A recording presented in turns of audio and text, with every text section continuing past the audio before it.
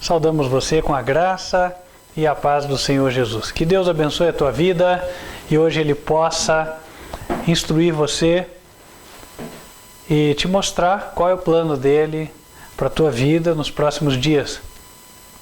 A mensagem de hoje, ela tem o seguinte título: As 3 grandes tentações e as 3 vacinas. As 3 grandes tentações e as 3 vacinas. Não entenda mal, não vamos falar aqui dos fabricantes de vacinas, de Covid.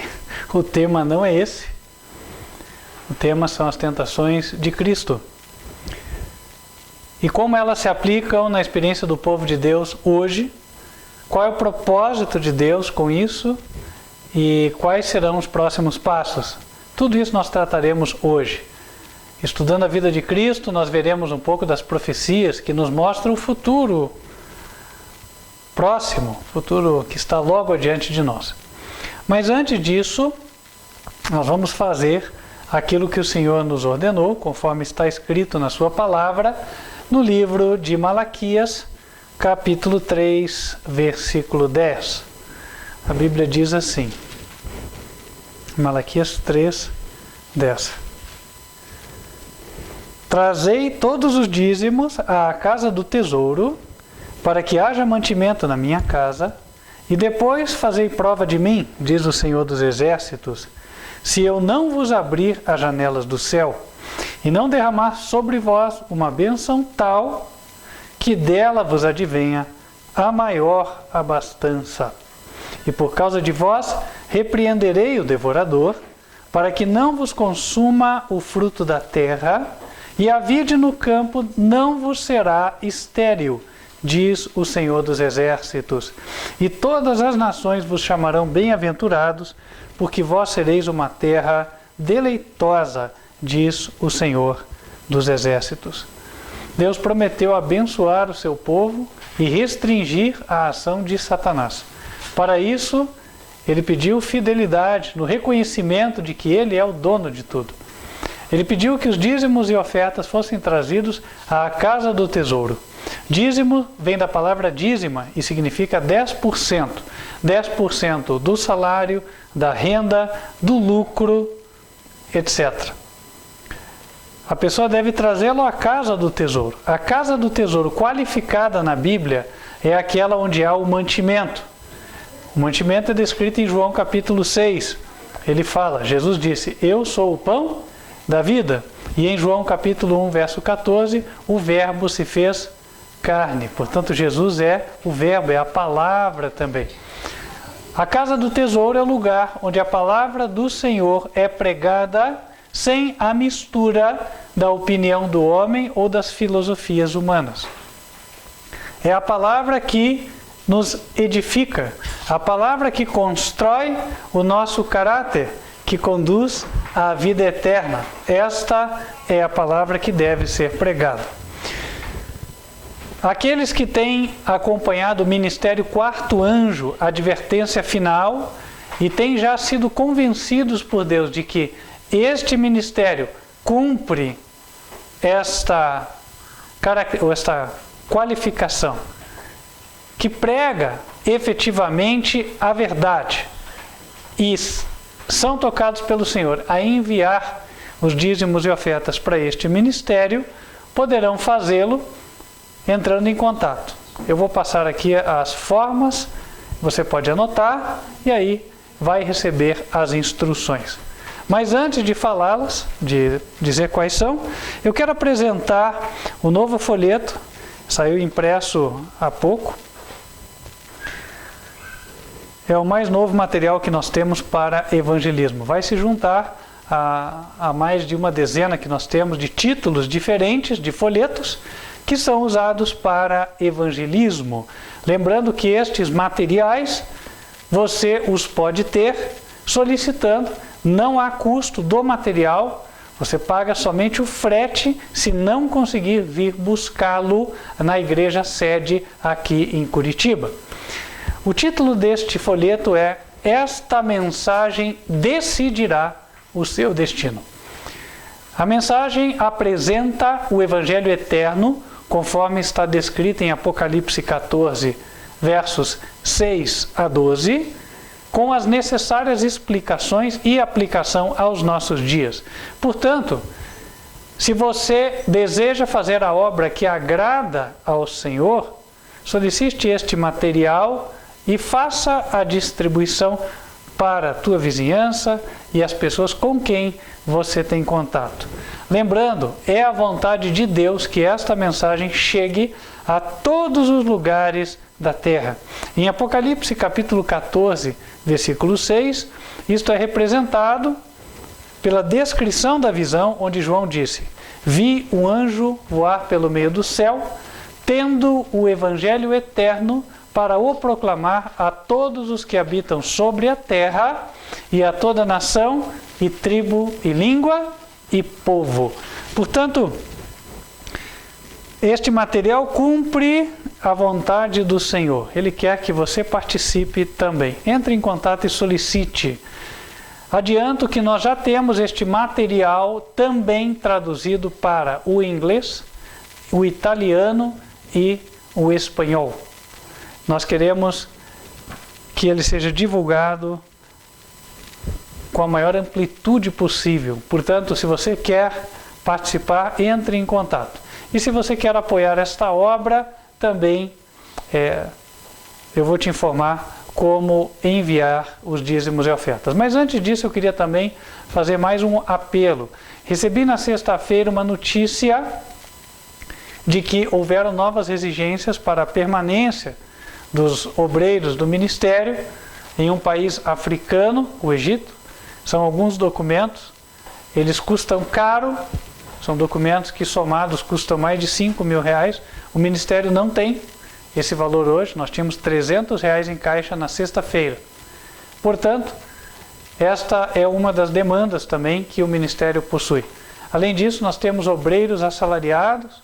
Recentemente, estávamos por cumprir o envio de obreiros para a Etiópia, e assim vamos avançando até podermos atingir todos os países da terra. Muito tem sido feito, o ministério já está em mais de 25 países, mas temos de atingir os mais de 200.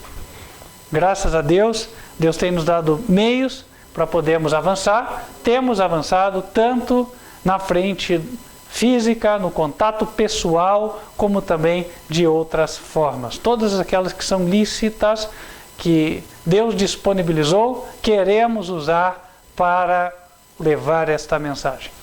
Portanto, se você é tocado por Deus a ser um dizimista e um ofertante, pode entrar em contato conosco pelo telefone ou WhatsApp, número 55, isso deve discar quem está fora do país. No Brasil, disque 41 99509 8425, ou pelo e-mail contato@advertenciafinal.com. Se você não se lembrar, então você pode entrar no site, lá você vai ter as informações. O nosso site é advertenciafinal.com. Vamos nos colocar em pé, vamos estar louvando a Deus com o hino número 104 do Inário do Ministério, Meu Melhor Momento. E enquanto estivermos louvando, aqueles que se prepararam poderão fazer a sua devolução. Só reiterando o que sempre tenho dito, para você que nos assiste pela primeira vez, eu não vivo do ministério no sentido de receber ofertas e dízimos para o sustento meu ou da minha família. Tenho a minha atividade laboral e sou ofertante dizimista, assim como você também. Isso é um privilégio do qual todos nós podemos participar. Se você quer saber como está sendo empregado o recurso enviado ao ministério, solicite o relatório de aplicação de dízimos e ofertas.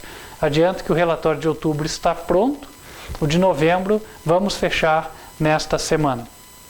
O relatório é disponibilizado para quem já é dizimista e ofertante, desde que apresente os 3 últimos comprovantes, e esta é uma regra que instituímos para evitar a mera especulação, porque não seria beneficiosa ao ministério e à causa do Senhor. Então vamos nos louvar a Deus. Não sei se temos o hino aí.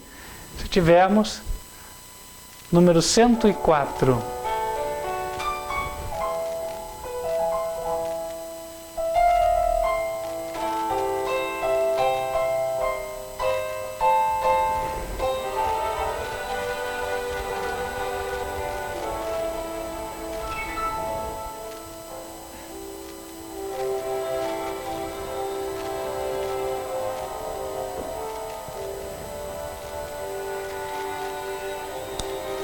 Meu melhor momento foi quando com Cristo tive um encontro que jamais esquecerei. Da vida cansado, no mundo perdido, então a sua doce voz eu escutei.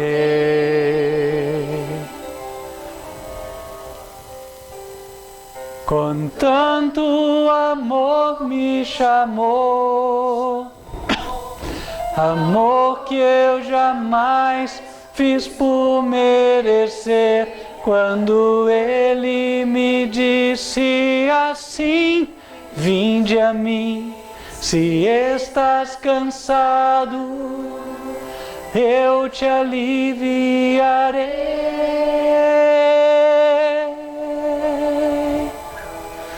Com tanto amor me atraiu, com tanto amor que eu não resisti, chorando minha vida a Ele entreguei.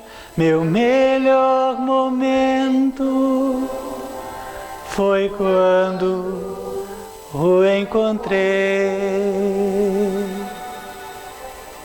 Meu melhor momento. Vamos nos colocar de joelhos e falar com Deus.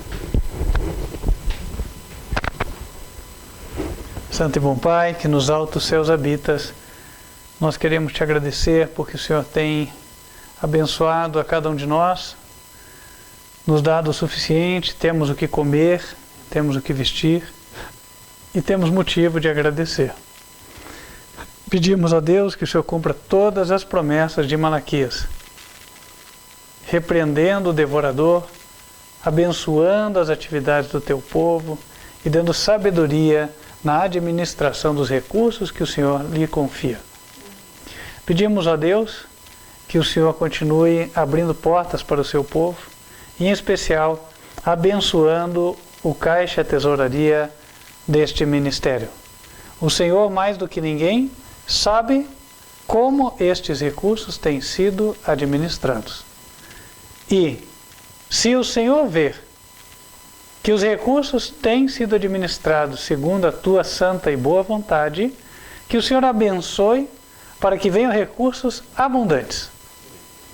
E se algo não estiver adequado na administração, que o Senhor prontamente possa apontar e a equipe esteja pronta para acatar. Pedimos a Deus que continues guiando este ministério. Sabemos que o Senhor tem feito isto desde a sua fundação. Não temos nenhuma dúvida. O que queremos é que o Senhor continue dirigindo a tua obra. Agora nós estamos para aprender.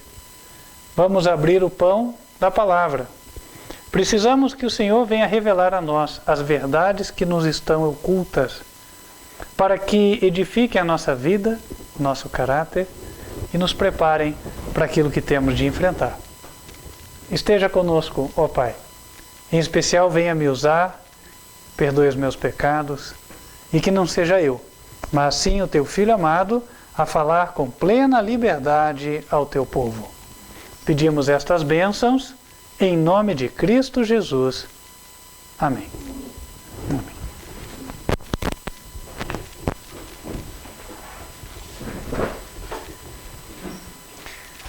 Então eu vou colocar aqui o título da mensagem: As 3 grandes tentações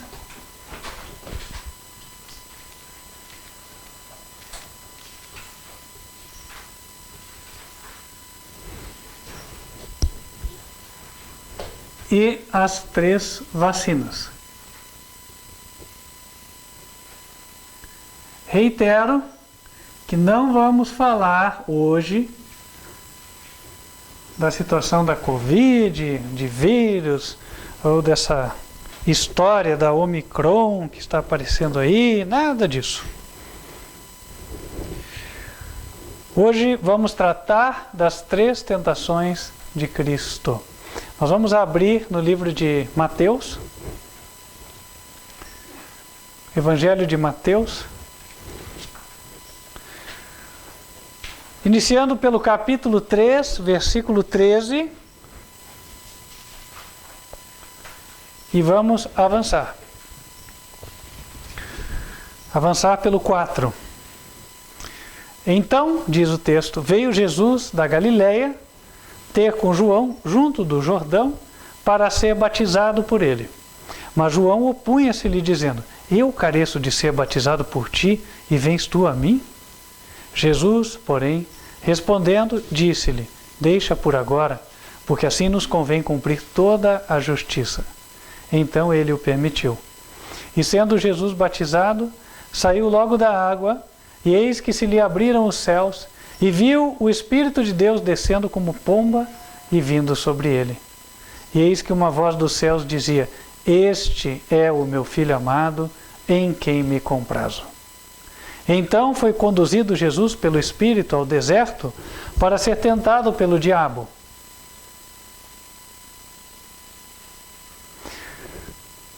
Antes de avançar,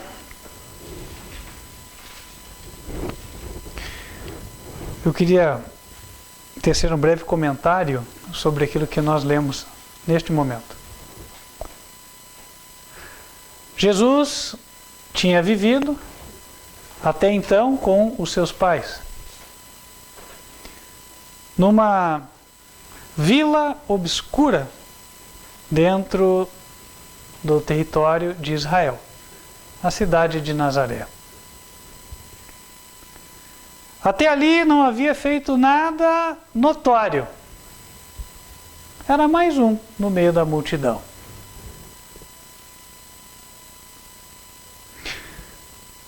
Então ele foi batizado e aí abriram-se os céus e o Espírito Santo de Deus desceu sobre ele. Não restava dúvidas para quem viu a cena de que ele era o enviado do céu. E ele estava prestes a começar o seu ministério. Nós bem sabemos que o ministério dele foi tão influente que até hoje fala. Quantas igrejas levam o nome de Cristo na placa? Não é verdade? O cristianismo é uma religião que conta, segundo os números levantados, com mais de 2 bilhões de professos adeptos. Mas, logo antes de Jesus começar o seu ministério público, antes de se apresentar às multidões, o Espírito de Deus conduziu Jesus para um lugar onde ninguém o via. Completa obscuridade, para ser tentado no deserto. Talvez com a visão humana alguém dissesse, mas que perda de tempo, que desperdício. Quem não sabe que o diabo é ruim? Perder tempo lá ouvindo esse infeliz no deserto? Por que ele não começa logo abençoando as pessoas, fazendo bem? Qual era o propósito de Deus de levar o seu filho, o homem mais santo que já trilhou esta terra, o homem mais preparado para realizar um ministério, para ficar 40 dias em completa obscuridade? Ele foi sem a companhia humana, ninguém estava lá, só ele. Aquilo que iria acontecer durante aqueles 40 dias, ninguém ia testemunhar.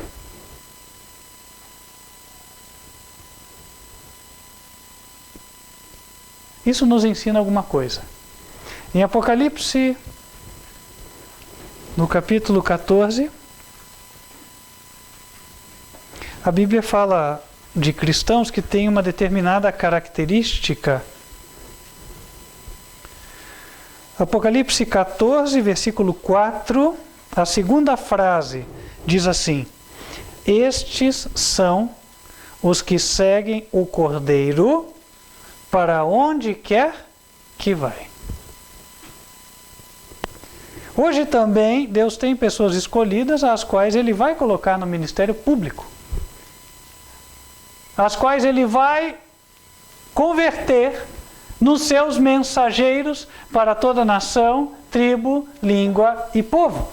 Pessoas às quais, como Jesus, andaram na obscuridade, mas para as quais Ele confiou um depósito, uma mensagem que ninguém tem, assim como era o caso de Jesus. Mas, como seguidores do Mestre, temos de passar pelas experiências do Mestre. E antes do ministério público, Jesus foi levado a um lugar onde ninguém via, para sofrer o que ninguém nem imaginou que seria capaz. Ser tentado no deserto pelo diabo. Capítulo 4 de Mateus, versículo 2. E tendo jejuado 40 dias e 40 noites, depois teve fome. O texto já deixa claro que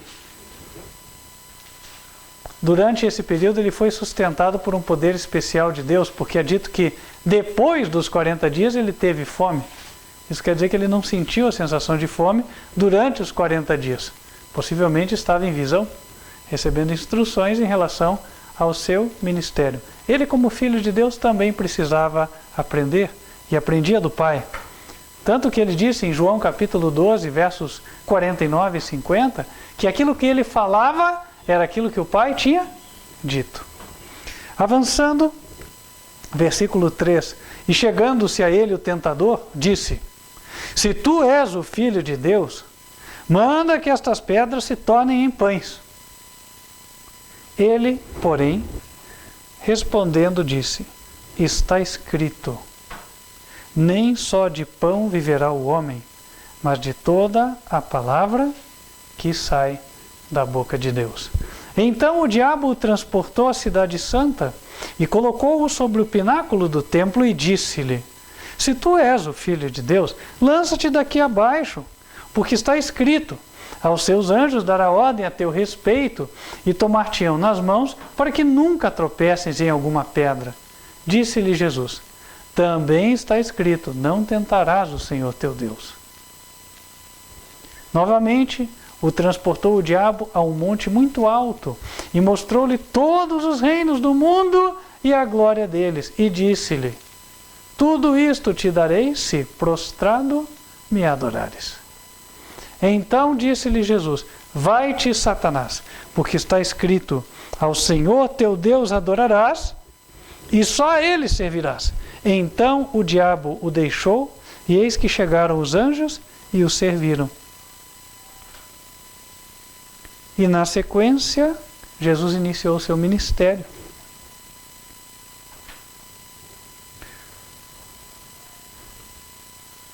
No versículo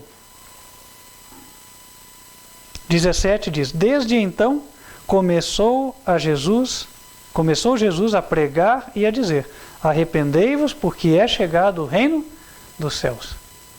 E aí nós sabemos o que foi o ministério de Jesus, pelo menos até a profundidade na qual estudamos.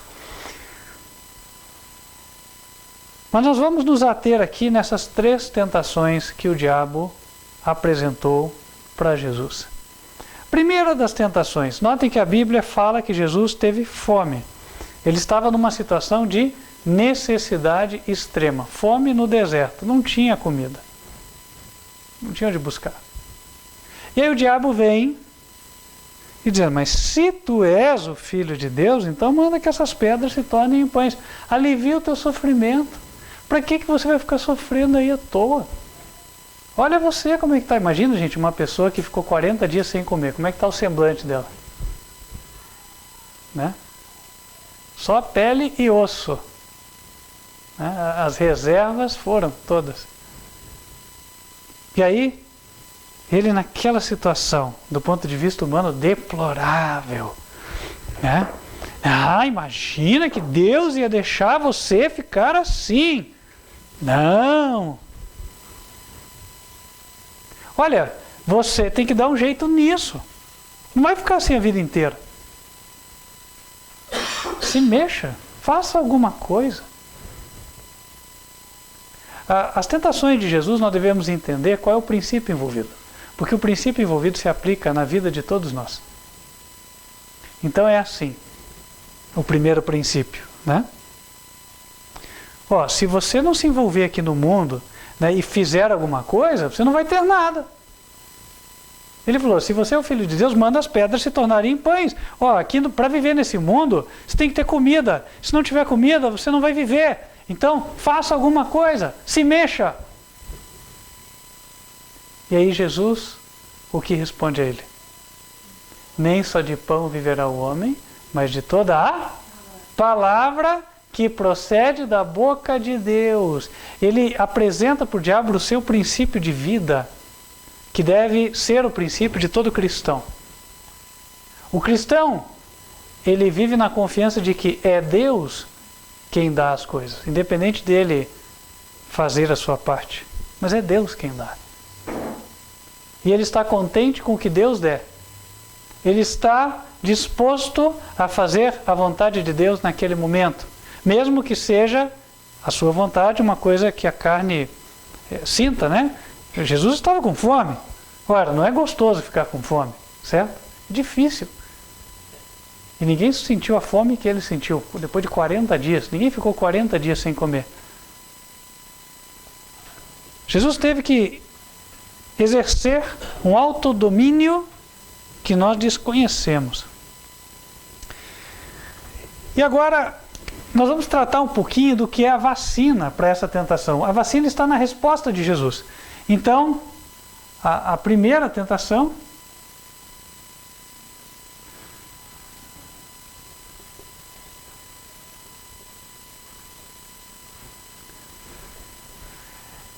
ela disse, em outras palavras, é o seguinte: renda-se ao mundo. Você não pode andar contra a natureza. Renda-se ao mundo.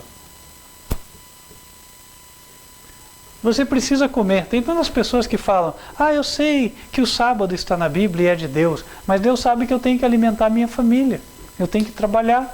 E se eu não trabalhar, se eu não tiver emprego, não vou conseguir trazer o sustento para casa. E Deus não quer que a minha família sinta fome. E como é que Deus então quis que Jesus sentisse fome? E aí? Eu sou seguidor de Jesus? Ou eu não sou seguidor de Jesus? A vacina, a palavra de Deus, ele falou, o homem vive do que a palavra fala. Ora, e nós encontramos essa vacina no Evangelho Eterno de Apocalipse 14. Em Apocalipse capítulo 14, no versículo 7,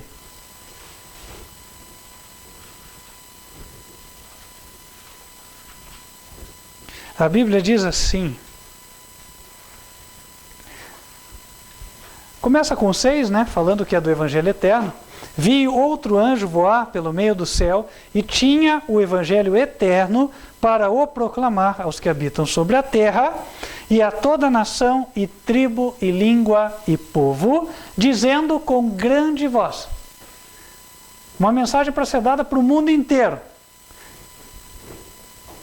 Note que a primeira tentação é renda-se ao mundo, pois a mensagem vem para o mundo, dizendo o seguinte, com grande voz, verso 7, temei a Deus e dai-lhe glória, porque vinda é a hora do seu juízo. Você acha que tem que proceder segundo o mundo? Deus vai julgar o mundo. E Deus vai julgar o mundo segundo o quê? Jesus falou que o homem vive de toda a palavra, correto? Peço aos irmãos para abrirem em João capítulo 12, versículo 38, palavras de Jesus.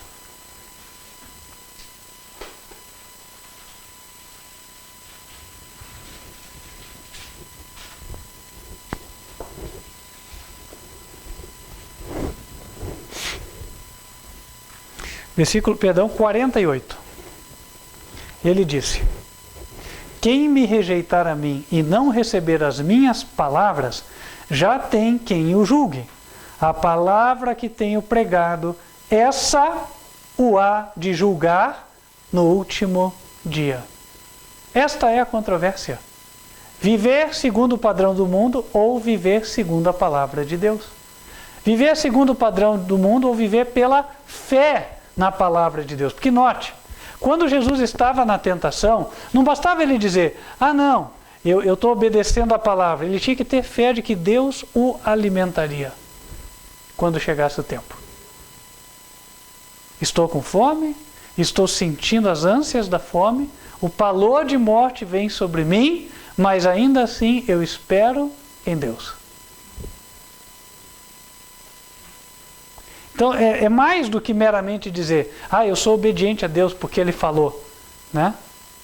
É mais, é confiar que não, eu estou em obediência, eu sei que Deus prometeu, vai fazer, Ele vai cumprir. Só assim que o homem pode viver em harmonia com a palavra, é pela fé. Sem fé é impossível agradar a Deus. Está em Hebreus 11, versículos 1 a 3. Então, primeira tentação, renda-se ao mundo. Qual é o remédio para a primeira tentação? Ou onde nós o encontramos? Na mensagem do primeiro anjo, ou primeira mensagem angélica. A palavra diz claramente, nem pense em viver segundo o mundo. O mundo vai ser julgado e condenado. Porque o mundo não recebeu a Deus e nem o seu Filho Jesus Cristo.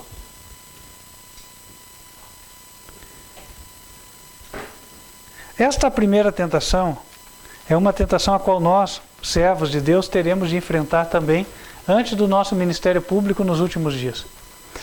E note que é uma tentação que você sofre, mas que outros não veem. Jesus também passou por esta tentação sozinho. Sabe como é que ela vem? Deus deixa e o diabo vem tirando o que você tem. Vai tirando as tuas perspectivas no mundo. E ele vai mostrando o seguinte, está vendo? Você está encurralado, você não tem saída. Ou você se adequa ao padrão do mundo, ou você não tem vida. E só tem uma forma de enfrentar esse ataque. É responder como Cristo. Nem só de pão viverá o homem, mas de toda a palavra. E o próprio mundo será julgado de acordo com esta palavra. E quem é que vai ser julgado e aprovado no juízo? Quem viveu de acordo com a palavra.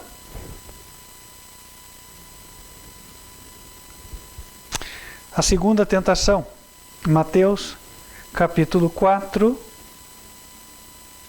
versículo 5.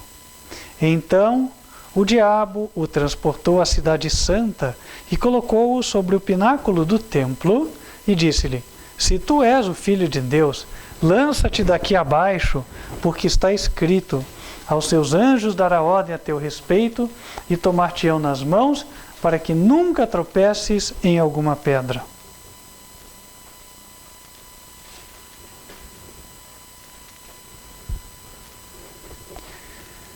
A segunda tentação, ela foca na presunção.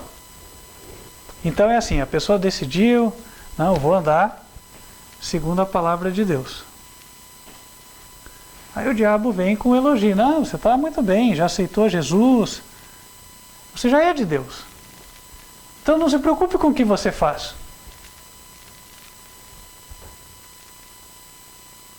Presuma-se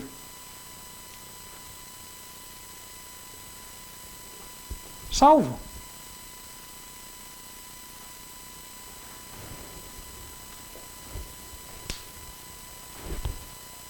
Ou, bem, não, eu estou bem. Não faço mal para ninguém, ajudo as pessoas. Não, estou na igreja verdadeira, tenho a doutrina certa, eu já sei o que é a verdade. Então presuma-se bem. Jesus tinha acertado na primeira tentação, o diabo reconheceu. Ele falou, mas se tu és o Filho de Deus, lança-te daqui abaixo. Por quê? Porque a palavra diz, aos seus anjos dará ordem a teu respeito e tomar-te-ão nas mãos, para que nunca tropeces em alguma pedra. Ué, mas onde que estava o erro aqui na tentação? Pois se ele usou a Bíblia, o erro estava no seguinte, usar a Bíblia para o que convém. Para o que convém. Convinha ao propósito do diabo que Jesus temerariamente, ou seja, se jogasse lá sem Deus pedir, né? Ah, Deus vai me salvar. O que Deus fala? Quando é que ele vai realmente mandar os anjos para guardar? Qual é a condição para que isto aconteça? Está em Salmos, capítulo 91, versículo 11. Diz, porque aos seus anjos dará ordem a teu respeito, para te guardarem em todos os seus caminhos.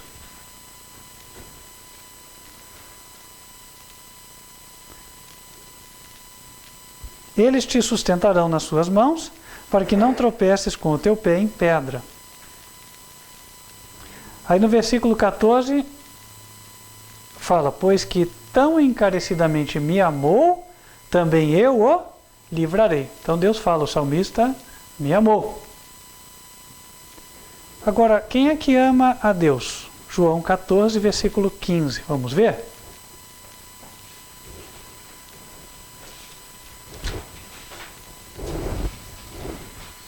Se me amardes, guardareis os meus mandamentos. Então, realmente, Deus vai mandar os anjos protegerem, se guardarmos os seus mandamentos. Se em todos os nossos caminhos guardarmos os mandamentos de Deus, em todos eles teremos a proteção dos santos anjos. Esta é a verdade. Mas foi isto que o diabo apresentou? Não! O diabo nada falou com respeito aos mandamentos de Deus. Ele simplesmente disse, não, está escrito aqui, ó. Está escrito, os anjos vão cuidar de você, então faça. O caminho da presunção. Quanta gente se envereda por ele e cai. Existem várias formas de cair. Né? A pessoa, no momento que ela acha que está bem, ela descuida da leitura da Bíblia, da oração, da comunhão com Deus. E aí o que acontece? Logo, logo, quem está de fora olha que ela não está bem, é coisa nenhuma, está mal. Né? Não está procedendo bem. Já começa a agir como uma pessoa do mundo. Tem tanta gente que se acha bem, eu faço bem para todo mundo. Você faz, aí você vai ver como é que está a vida dele, né?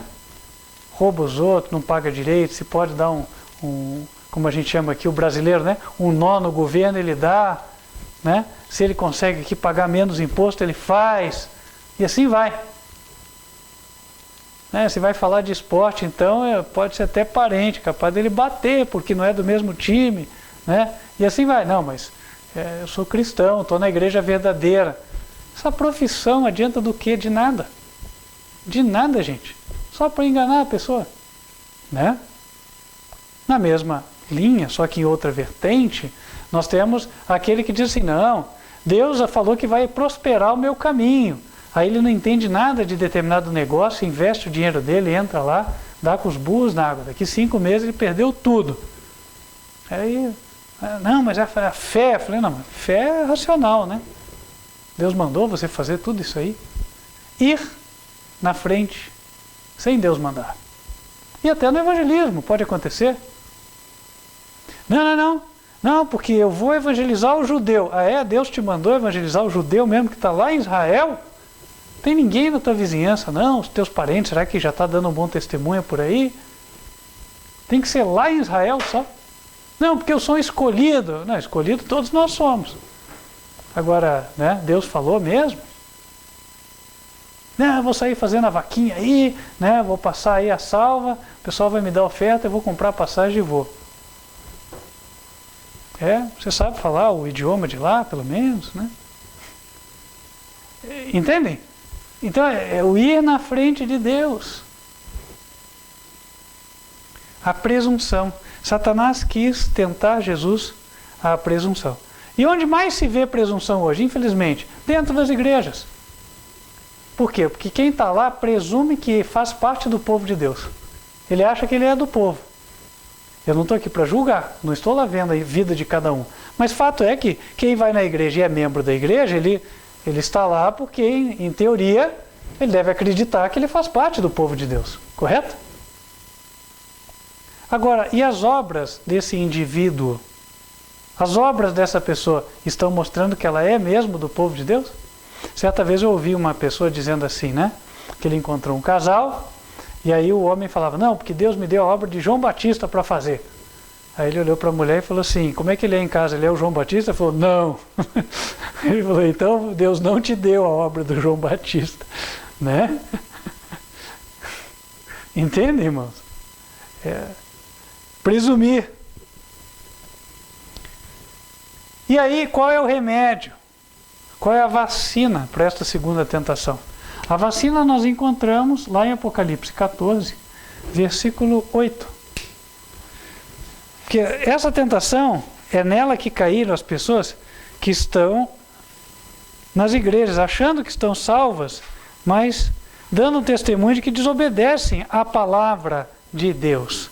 Quantas igrejas têm pessoas que conscienciosamente guardam o sábado, não creem na Trindade, dão bom testemunho de Deus com os de dentro e com os de fora, não são avarentas, são efetivamente abnegadas em prol do próximo e estão focadas em pregar o Evangelho, né, para o mundo todo. Para dar alguns exemplos. Amam o próximo. Onde estão estes cristãos? Será que você já encontrou algum?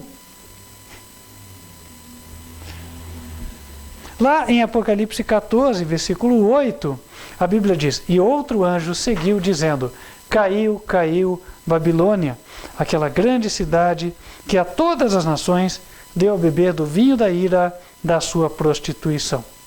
Babilônia vem do termo Babel, que significa confusão. É o que se vê hoje. Muita coisa sendo feita em nome de Deus, mas que qualquer pessoa de bom senso, imparcial e que não tenha ligação com aquela igreja, olha de fora e fala assim, não vejo sentido, não pode estar certo isso aí. Só faz sentido para quem está lá dentro. É estranho isso, né? Quem está lá dentro, ele acha que aquilo é o certo do certo. Mas quem está fora fala, nossa, não tem sentido nenhum. Alguma coisa não pode estar certa. Posso citar vários exemplos, né? A pessoa se sentir autorizada a usar uma bebida alcoólica no altar da igreja. Pois quando a Bíblia diz em Provérbios, né? O vinho é alvoroçador, a bebida forte é escarnecedora, todo aquele que neles errar não será sábio. Ora, mas daí o indivíduo está ali para ministrar a palavra, como? Como que ele vai então usar? Para dar um exemplo, então quem olha de fora não vê lógica naquilo, fala, não, isso aí está errado, não tem como. Mas vai falar isso para quem é da igreja. Né? Quer ver? Vou dar um outro exemplo, esse da própria palavra. Está lá em Jeremias, capítulo 51, falando de Babilônia. E até vai nos permitir identificar qual é a grande Babilônia, a igreja mãe destas aberrações. Jeremias 51, versículo 12. Arvorai um estandarte sobre os muros de Babilônia, reforçai a guarda, colocai sentinelas e preparai as ciladas, porque o Senhor intentou e fez o que tinha dito acerca dos moradores de Babilônia. Ó tu que habitas sobre muitas águas, rica de tesouros, chegou o teu fim, a medida da tua avareza. Avançando e falando sobre Babilônia, no versículo 17 ele diz assim: embruteceu-se todo homem e não tem ciência, envergonhou-se todo ourives de imagem de escultura, porque a imagem de fundição é mentira, e não há espírito em nenhuma delas. Vaidades são e obra de enganos, no tempo em que eu as visitar, perecerão. Isso aqui você pode ler na Bíblia Católica, na Evangélica, em qualquer Bíblia, vai achar a mesma coisa. Jeremias 51, versículos 12, em especial 17 e 18. Tá? O que é a imagem de escultura para Deus? É mentira. Não tem espírito nela. Adianta pôr imagem na igreja? Adianta pôr imagem em casa, fazer um cubículo ali, colocar ela na frente de casa, colocar na gruta, na estrada, na encruzilhada, não adianta. Não tem espírito nela. Aquilo ali é obra feita por um homem. É um artista. Às vezes até bonitinho, né? Faz lá com cuidado, toda delicadeza. Não vou dizer que não haja beleza do ponto de vista plástico, estético. Claro que há, né? Às vezes é muito bem feito, bonitinha, a mulher com uma carinha de portuguesa ali, branquinha e tal, né? Mas, irmãos, não tem vida.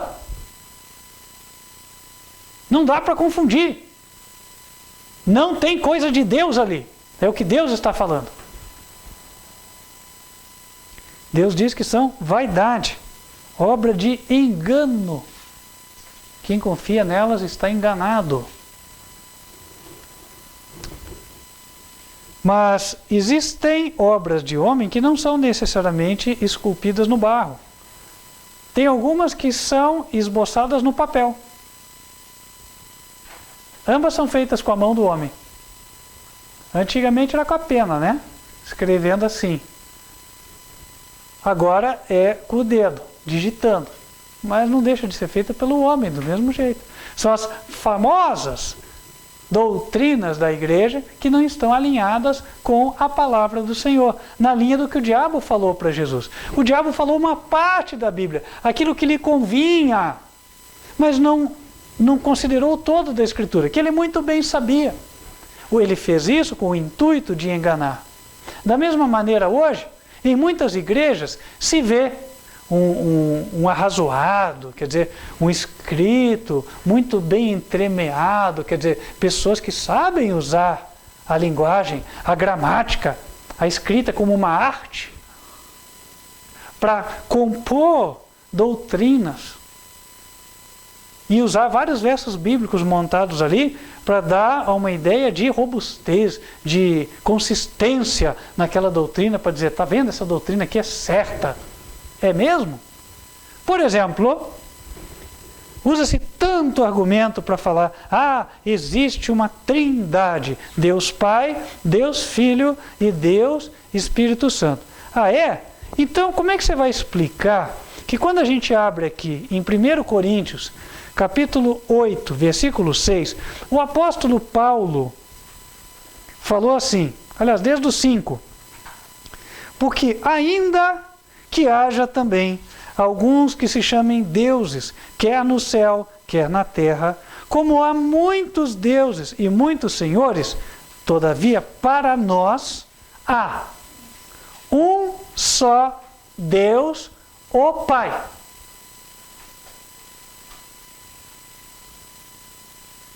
E não tem essa de um Deus, Pai, Filho e Espírito Santo. Não é o que o texto diz. É um Deus, o Pai. Acabou.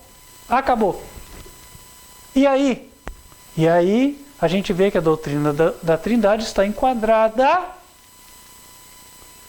nos mesmos artifícios que o diabo usou para tentar enganar o nosso Salvador, o Senhor Jesus. Usar parte da Bíblia que lhe convém para justificar uma teoria que é desmascarada se a gente usar toda a Bíblia. Uma doutrina só é bíblica quando ela não fere nenhum texto da Bíblia. Se ela ferir um, está fora. E olha que não é o único, hein? Por exemplo, em João capítulo 17, versículos 1 a 3, na oração sacerdotal de Jesus, Jesus no versículo 3, falando para Deus, ele falou que só existe um Deus. Vamos lá, verso 1. Jesus falou essas coisas e, levantando os olhos ao céu, disse: Pai, é chegada a hora. Glorifica a teu Filho, para que também o teu Filho te glorifique a ti. Verso 3. E a vida eterna é esta, que te conheçam a ti só, por único Deus verdadeiro. Quantos deuses tem? Um só. O verdadeiro é um. O resto é falso.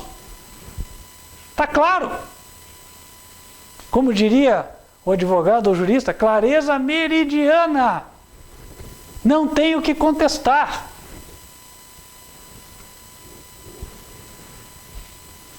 Então, meus queridos irmãos, que aconteceu com as igrejas? Estão ensinando doutrinas tecidas com o mesmo artifício do escultor, só que agora no papel.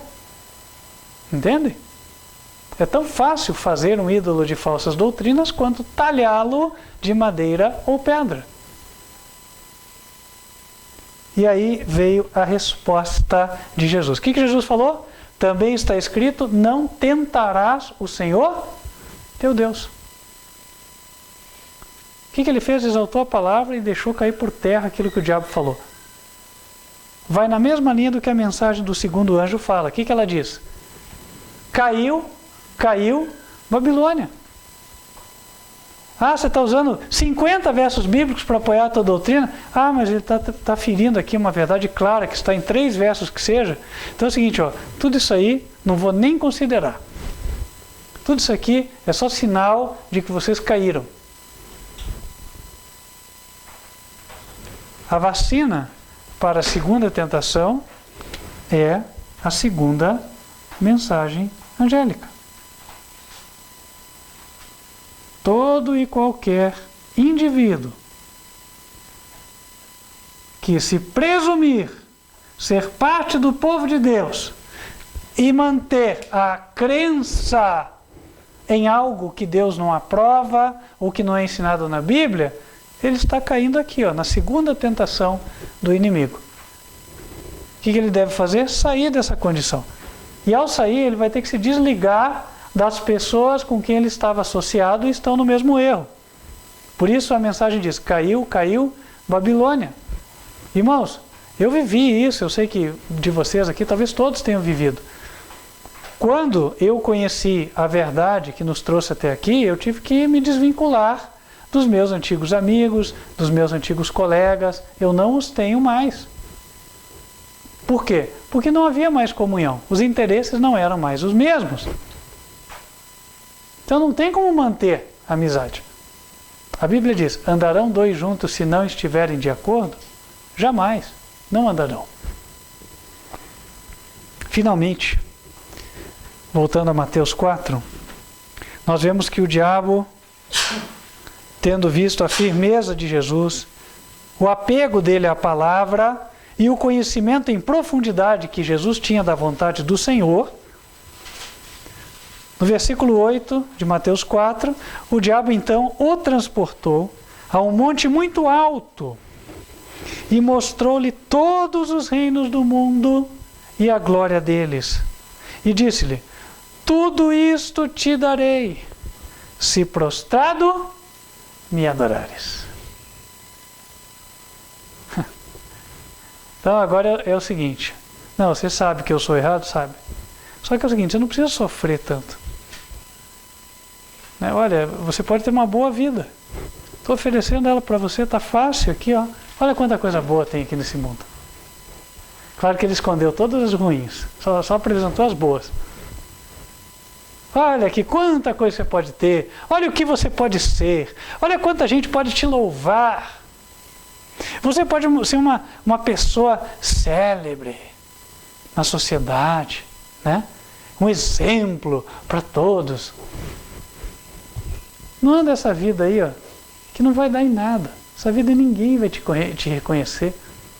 Para que tanto sofrimento? Só cruz você vai levar? Não. Pensa bem. Não vai te custar nada. É só você render homenagem àquilo que é meu. Ele mostrou todos os reinos do mundo e a glória dos reinos do mundo. Está na tua mão. É só você escolher. Está fácil, hein?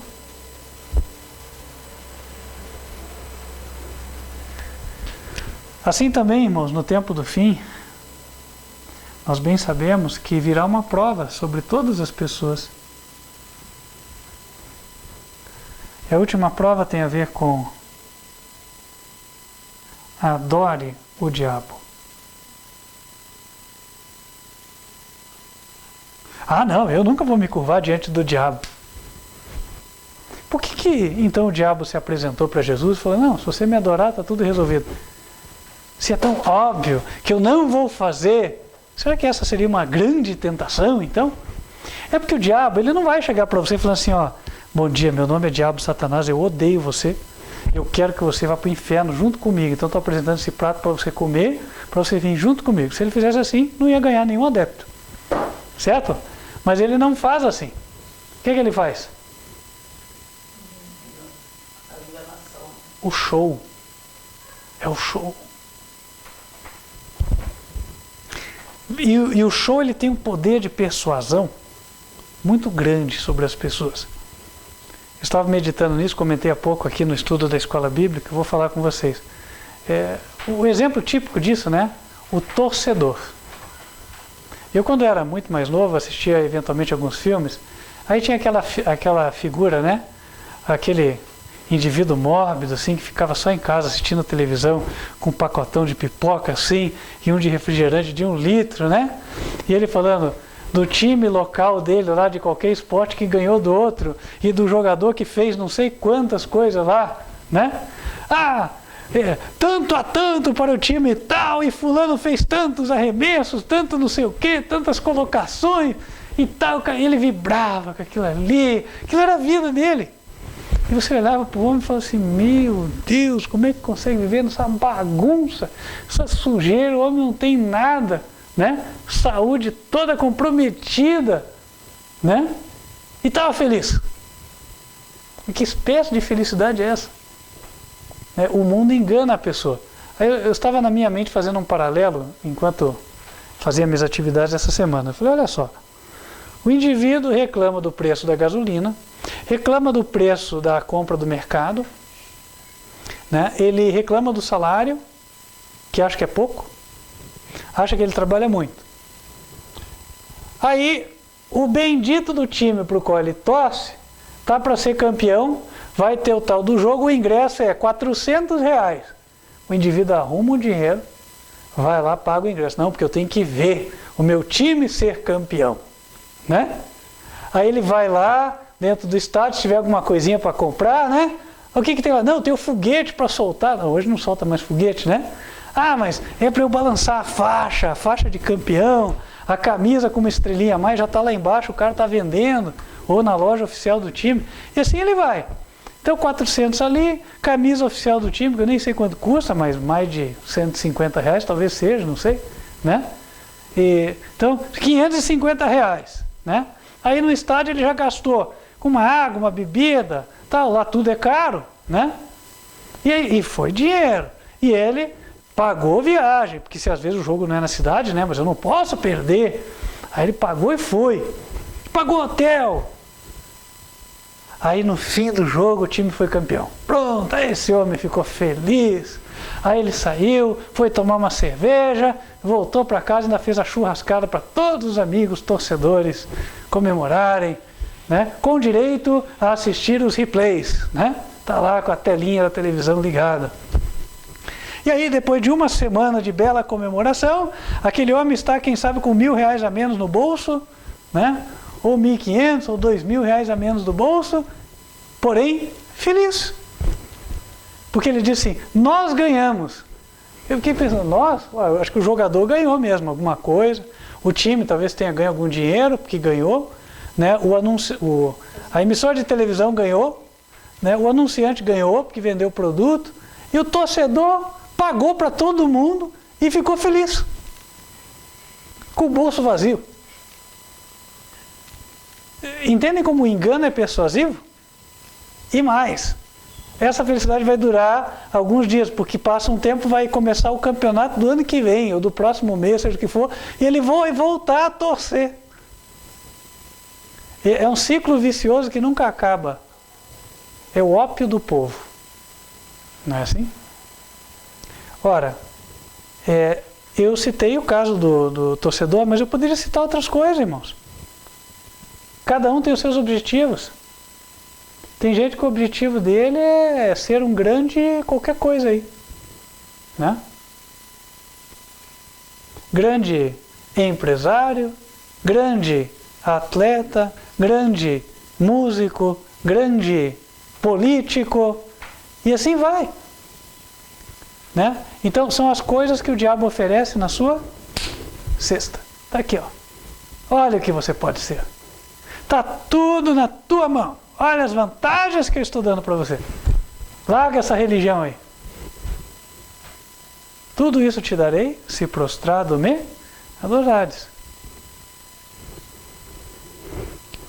E outra, porque Jesus sabia que a cruz estava diante dele e o diabo também sabia. Então o que estava ali também era o seguinte: para que cruz? Para que cruz? Você vai se sacrificar? Não, eu te dou tudo assim de graça, tá bom já. Aproveite agora, inclusive. É a mesma coisa hoje. No tempo do fim, a Bíblia diz que o povo de Deus vai passar por uma prova semelhante. Está lá em Apocalipse, capítulo 14.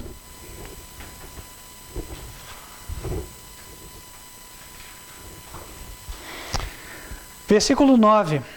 E o seguiu o terceiro anjo, dizendo com grande voz: se alguém adorar a besta e a sua imagem, e receber o sinal na testa ou na mão, também o tal beberá do vinho da ira de Deus, que se deitou, não misturado, no cálice da sua ira, e será atormentado com fogo e enxofre diante dos santos anjos e diante do Cordeiro. E a fumaça do seu tormento sobe para todo o sempre, e não tem repouso, nem de dia nem de noite, os que adoram a besta e a sua imagem, e aquele que receber o sinal do seu nome. Aqui está a paciência dos santos. Aqui estão os que guardam os mandamentos de Deus e a fé de Jesus.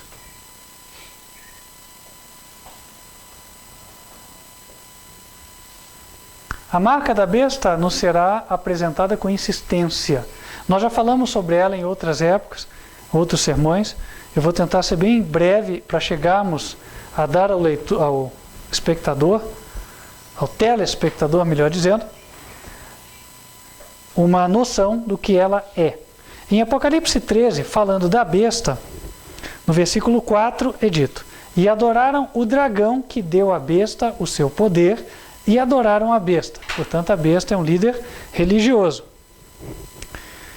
No versículo 7 é dito ainda sobre o que a besta faz. Foi-lhe permitido fazer guerra aos santos e vencê-los, e deu-se-lhe poder sobre toda tribo e língua e nação. Esse verso fala de algo já cumprido. No passado, um líder religioso foi o responsável por ordenar a morte de muitos cristãos, cujo único pecado era, às vezes, carregar uma página da Bíblia dentro da roupa. E esse tribunal injusto foi chamado de Santa Inquisição. Ora, era o papado quem ordenava isso. O Papa é, portanto, identificado no Apocalipse como sendo a besta.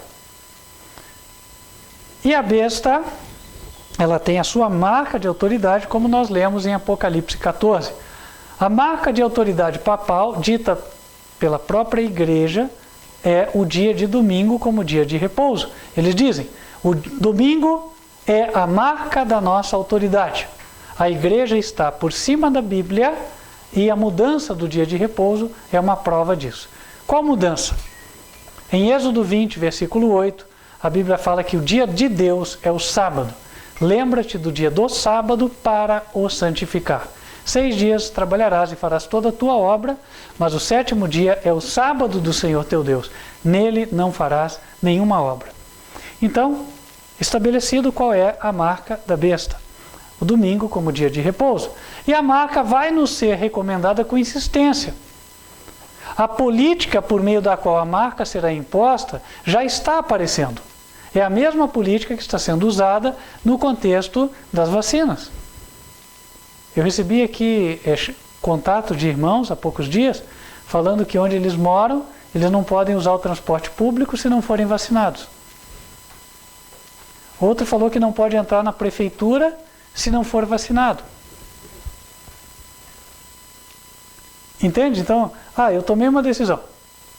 Não vou me vacinar. Então se eu não vou me vacinar, então agora eu não posso mais isso, não posso mais aquilo, não posso mais aquilo. Isso é pressão. Inclusive, esses decretos estão sendo feitos justamente com o propósito de pressionar as pessoas para que elas se submetam à vacina. Esta política que nós não víamos antes, e está aparecendo agora, é a política que continuará sendo usada até chegar a época do domingo ser imposto como dia obrigatório de repouso. Por quê? Ora, o governante, o legislador, o magistrado, que experimenta uma política e vê que ela dá certo, o que ele faz? Ele continua usando. Simples assim. Entende? Então, o tempo para que a marca da besta apareça e seja imposta está se aproximando. E aí, o povo de Deus, nós, seremos submetidos ao mesmo que Jesus foi.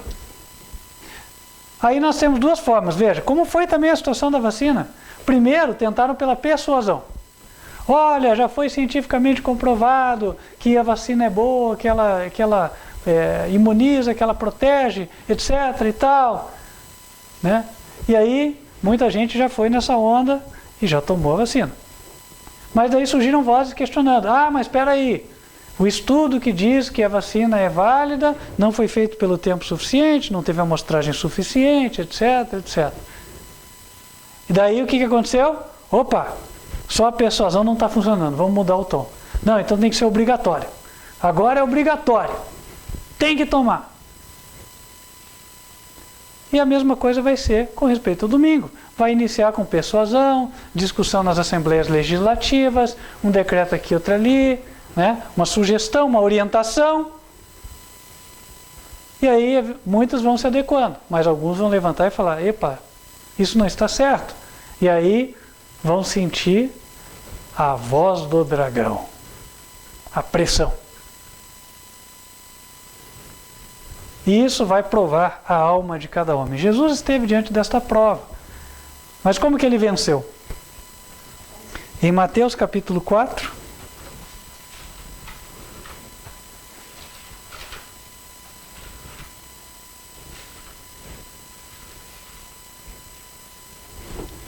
a resposta que Jesus deu a Satanás, no verso 10, é: vai-te, Satanás, porque está escrito, ao Senhor teu Deus adorarás e só a Ele servirás. Então o diabo o deixou, e eis que chegaram os anjos de Deus e o serviram. Antes do povo de Deus proclamar o Evangelho a todo mundo, vai viver a experiência de Cristo, a qual ele enfrentou antes de pregar o Evangelho em seu ministério. Antes de Jesus partir para o ministério público, enfrentou o diabo no deserto da tentação, na obscuridade. Nós também seremos submetidos a estas provas. Render-se ao mundo, presumir-se salvo, adorar o diabo. A vacina para a terceira tentação é a terceira mensagem angélica, que fala o quê? Não vou adorar, porque aquele que adorar a besta e a sua imagem vai beber do cálice da ira de Deus, vai ser atormentado com fogo e enxofre. E a Bíblia diz que os santos de Deus são os que têm duas características: os que guardam os seus mandamentos e têm a fé de Jesus. Eu guardo o sábado, não vou guardar o domingo. Vai-te, Satanás, porque está escrito, ao Senhor teu Deus adorarás, só a Ele servirás. Aqueles que vencerem aqui serão agraciados por Deus com o privilégio de serem as suas testemunhas no tempo do fim, levando o Evangelho a toda nação, tribo, língua e povo. Antes de ser usado, o instrumento é provado. Uma fábrica que fabrique chaves ou outros produtos, ferramentas, enfim, uma fábrica boa é aquela fábrica que depois que a ferramenta sai da máquina, ela é testada, para ver se ela é boa mesmo, se ela está pronta para ser usada. Deus fará isso com cada um de nós. Seremos testados. Quando nós somos provados, é como foi com Jesus. Ninguém viu a prova. Ninguém deu atenção a Jesus naquele deserto. Ninguém estava lá para apoiá-lo, para lhe dar uma palavra de ânimo, para poder dizer, você está no caminho certo. Nenhum ser humano. Mas ele venceu. E quando ele venceu, estava pronto para o seu ministério de 3 anos e meio. Assim também o povo de Deus vai passar pela mesma prova. Andaremos na obscuridade, andaremos afligidos, porém, se vitoriosos, seremos usados para o ministério durante os 3 anos e meio finais antes da vinda de Jesus. Meus queridos irmãos, fica o apelo, né? Quem gostaria de ser usado pelo Senhor e avançar? Que assim seja, em nome de Jesus. Amém? Vamos nos colocar de joelhos e falar com Deus. Senhor nosso Pai, que nos altos céus habitas, nós agradecemos porque o Senhor nos deu a mensagem certa para nos preparar, para podermos vencer o diabo e sermos as Tuas testemunhas no tempo do fim. Fortalece o Teu povo, ó Pai, perdoe os nossos pecados, purifica-nos e faz-nos sairmos vitoriosos do deserto das nossas vidas, assim como Jesus também saiu vitorioso do seu. Guia-nos no restante deste dia, fortalece a Tua igreja, é o que pedimos, em nome de Cristo Jesus. Amém.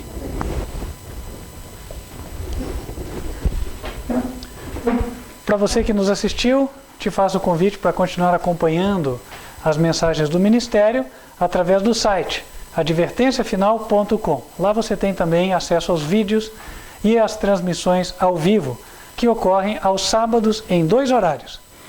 15 para as 10 da manhã, Escola Bíblica das Crianças, e 11 horas da manhã, mensagem do culto. Se Deus quiser, estaremos juntos na próxima oportunidade. Também convido a você que foi tocado pelo Senhor de que esta é a verdade e este ministério recebeu de fato a comissão de Deus de levar uma mensagem única ao mundo. E você quer unir-se a Ele, quer preparar-se para dar o passo do batismo, entre em contato conosco através dos nossos canais de comunicação. Telefone ou WhatsApp, número 55 41 99509 8425. Ou ainda por meio do e-mail contato@advertenciafinal.com. Nós vamos nos colocar em pé aqui na Igreja Sede e também você que quer receber a bênção do Senhor, te aconselho que feche os olhos enquanto vamos falar com Ele. Que o Senhor te abençoe e te guarde. Que o Senhor faça resplandecer o seu rosto sobre ti e de ti tenha misericórdia. Que o Senhor levante sobre ti o seu rosto e te dê a paz. Amém. Que Deus te abençoe e espero estarmos juntos nas próximas oportunidades. Até lá.